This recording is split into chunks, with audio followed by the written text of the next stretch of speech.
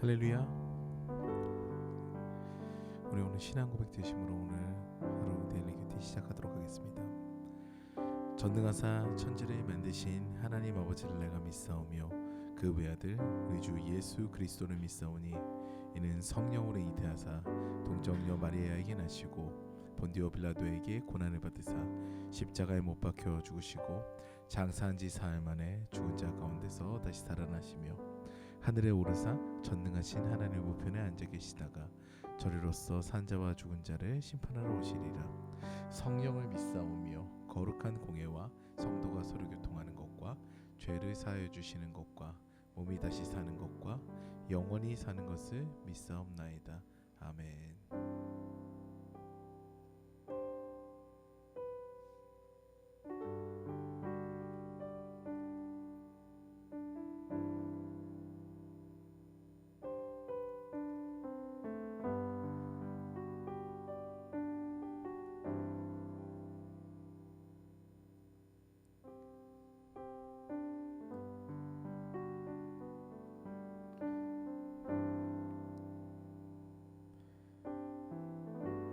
늘 사건 사고가 날 때는 은혜가 깊은 것 같습니다. 네.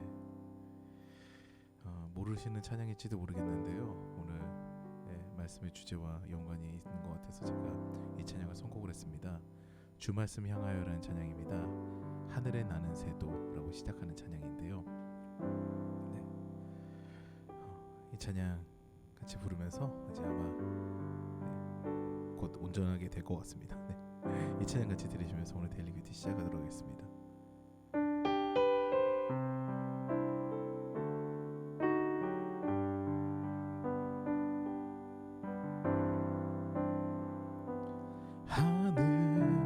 하늘에 나는 새도 주 손길 돌보시네 온 땅에 충만한 주 사랑으로 내 마음을 덮으소서 주 나를 부르셨네 주의 영광 위해 모든 사람 이끄소서 주의 영광으로 주 말씀 향하여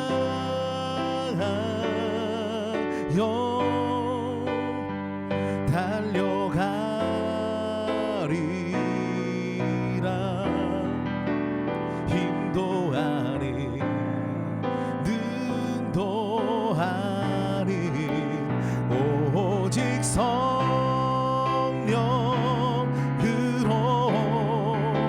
주 얼굴 향하여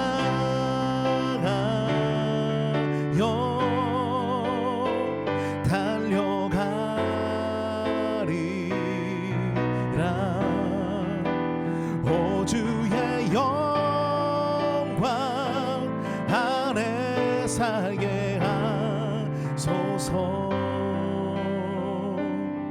다시 한번 고백합니다. 하늘에 나는 새도 하늘에 나는 새도 주 손길 돌보시네 온 땅에 충만한 주 사랑으로 내 마음을 덮으소서 주 나를 부르셨네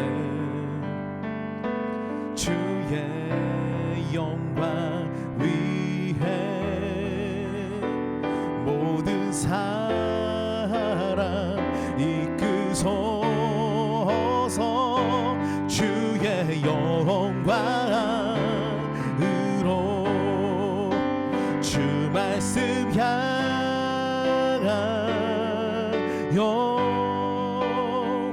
달려가리라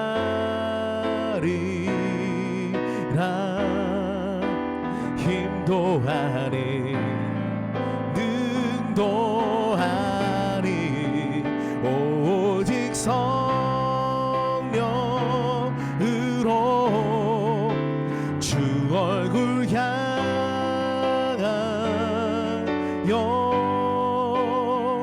달려가리라.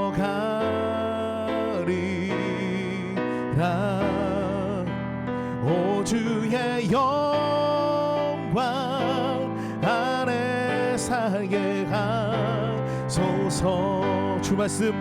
주 말씀 향하여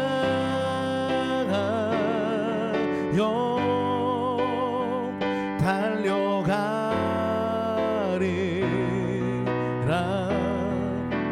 힘도 하니 능도 하니 오직 성령으로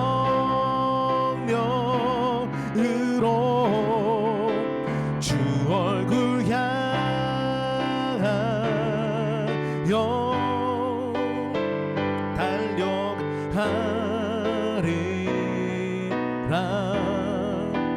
오 주의 영광 안에 살게 하소서.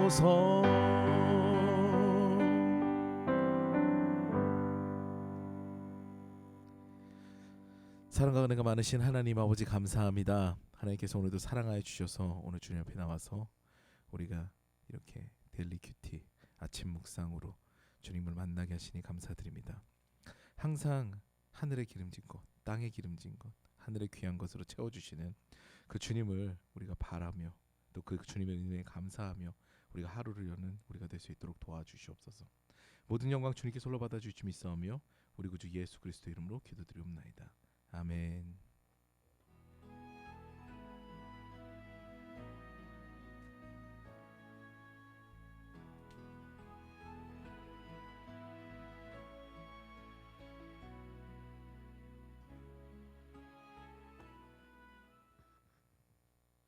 할렐루야. 오늘 말씀은 역대하 9장 13절부터 31절 말씀입니다. 역대하 9장 13절부터 31절 말씀입니다. 제가 봉독하고 마지막 두 절 30절 31절은 합독하도록 하겠습니다. 해마다 솔로몬에게 들어오는 금의 무게가 666달란트나 되었다. 이 밖에도 관세 수입과 외국과의 무역에서 벌어들인 것도 있고 아라비아의 모든 왕들과 국내의 지방 장관들이 보내오는 금도 있었다. 솔로몬 왕은 금을 두드려 펴서 입힌 큰 방패를 200개나 만들었는데 방패 하나에 들어간 금만 해도 600세겔이나 되었다. 그는 또 금을 두드려 펴서 입힌 작은 방패를 300개 만들었는데 그 방패 하나에 들어간 금은 300세겔이었다. 왕은 이 방패들을 레바논 숲을 궁에 두었다. 왕은 또 상아로 큰 보좌를 만들고 겉에 순금을 입혔다. 그 보좌로 오르는 층계는 계단이 6이었으며 보좌에 붙은 발 받침대는 금으로 만든 것이었다. 앉는 자리 양쪽에는 팔걸이가 있고 팔걸이 양 옆에는 사자상이 하나씩 서 있었다. 6개의 계단 양쪽에도 각각 6개씩 12개의 사자상이 서 있었다. 일찍이 어느 나라에서도 이렇게 만들지 못하였다. 솔로몬 왕이 마시는 데 쓰는 모든 그릇은 금으로 되어 있었고 레바논 수풀궁에 있는 그릇도 모두 순금으로 만든 것이었다. 솔로몬 시대에는 은은 귀금속 축에 들지도 못하였다. 왕의 배들은 히람의 일꾼들을 태우고 다시스로 다니며 새해마다 한 번씩 금과 은과 상아와 원숭이와 공작새 들을 실어오곤 하였다. 솔로몬 왕은 재산에 있어서나 지혜에 있어서나 이 세상의 어떤 왕보다 훨씬 뛰어났다. 그래서 세상의 모든 왕들은 솔로몬을 직접 만나서 하나님께서 그의 마음속에 넣어주신 지혜의 말을 들으려고 하였다. 그리하여 그들은 각자 은그릇과 금그릇과 옷과 갑옷과 향료와 말과 노새를 예물로 가지고 왔는데 해마다 이런 사람들의 방문이 그치지 않았다. 병거 끄는 말을 메어두는 마구간만 하더라도 솔로몬이 가지고 있던 것이 4,000칸이나 되었다. 기병은 12,000명에 이르렀다. 솔로몬은 그들을 병거 주둔성과 왕이 있는 예루살렘에다가 나누어서 배치하였다. 그는 유프라테스 강에서부터 블레셋 영토에 이르기까지 또 이집트의 국경에 이르기까지 모든 왕을 다스렸다. 왕의 덕분에 예루살렘에는 은이 돌처럼 흔하였고 백향목은 세펠라 평원지대에 뽕나무만큼이나 많았다. 솔로몬은 이집트에서 그리고 다른 모든 나라에서 군마를 사들였다. 솔로몬의 나머지 행적은 처음부터 끝까지 나단 예언자의 역사책과 실로 사람 아이야의 예언서와 이도 선견자의 묵시록 곧 이도가 느밧의 아들 여로보암에 대하여 쓴 책에 기록되어 있다. 다 같이 합독하시겠습니다. 솔로몬은 예루살렘에서 40해 동안 온 이스라엘을 다스렸다. 솔로몬은 죽어서 그의 아버지 다윗 성에 묻혔다. 그의 아들 르호보암이 그의 뒤를 이어 왕이 되었다. 아멘. 오늘 저는 이 말씀으로 솔로몬의 영화 백합꽃이라는 제목으로 은혜를 나누도록 하겠습니다. 우리가 흔히 알고 있는 솔로몬의 마지막은 사실 경건한 삶이 아니었습니다. 그렇죠? 정확한 역사를 기록하는 데 주안점을 둔 그런 열왕기서에 보면 솔로몬은 말년에 어떤 일을 저질렀습니까? 이방 여자들에게 빠졌다고 기록하고 있습니다. 그리고 그들의 유혹에 넘어가서 이방 신들을 섬기고 그리고 이방 신들을 또 같이 예배하였다라고 기록을 하고 있습니다. 그로 인해서 나라가 어떻게 됩니까? 그 아들인 르호보암 시대에 두 동강이 나게 됩니다. 정확하게 얘기하면 하나님께서 다윗의 얼굴을 보고 내가 네 얼굴 봐서 명맥만 유지하게 하겠다. 그래서 명맥만 유지하게 하십니다. 북이스라엘과 남유다로 나뉘는데 말이 두 나라지 사실은 10개의 지파가 북이스라엘로 가게 되고 남쪽에 있는 2개의 지파만 이제 남유다에 속하게 됐죠. 유다와 베냐민만 남고 나머지는 전부 북이스라엘에 속하게 되죠. 그렇다면 이 중요한 사건 남북 분단이 일어나게 된 책임에 대해서 왜 역대기는 기록하고 있지 않을까요? 두 가지 이유가 있습니다. 하나는 역대기서는 열왕기서를 참고한다는 성격이 강한 성경이기 때문입니다. 열왕기서를 바탕으로 쓰였기 때문에 굳이 모든 역사를 기록하지 않는다는 것이죠. 또 하나의 이유는 역대기는 역사적 사실보다는 하나님께서 왕정 시대에 어떻게 역사를 하셨는지가 주된 관심사이기 때문입니다. 그러므로 오늘 본문은 솔로몬의 실정에 대해서 이야기하지 않습니다. 솔로몬의 말년에 솔로몬이 이렇게 잘못을 했다 이야기하지 않습니다. 그건 이미 열왕기에서 다루고 있고요. 하나님께 집중했던 솔로몬이 어떤 은혜를 받고 하나님께서 어떻게 솔로몬에게 역사하셨는지 그것을 기록하고 있습니다. 우리 삶 가운데서도 우리가 실수하는 것 넘어지는 것 있겠지요. 그런데 주님께서는 그것보다 우리가 주님을 기억하고 주님을 바라본 시간들을 더 중요하게 여기시고 그로 인해서 주님께서 역사하신 사건들을 더 중요하게 다루십니다.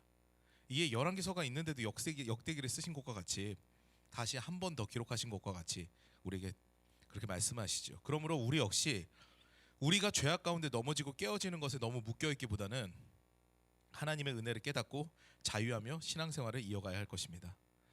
오늘 본문을 살펴보게 되면 솔로몬의 영화에 대해서 쭉 나열이 되어 있습니다. 세입금이 666달란트이며 무역도 활발하였고 금방패를 큰 것 200개, 작은 것 300개를 만들었다고 기록되어 있습니다. 상아로 보좌를 만들고 순금으로 입히는 등 온갖 귀한 것들이 다 있습니다. 얼마나 물질적인 풍요가 대단했는지 솔로몬 시대에는 은이 귀금속 축에도 들지 못한다고 합니다. 너무 흔했다고 하죠.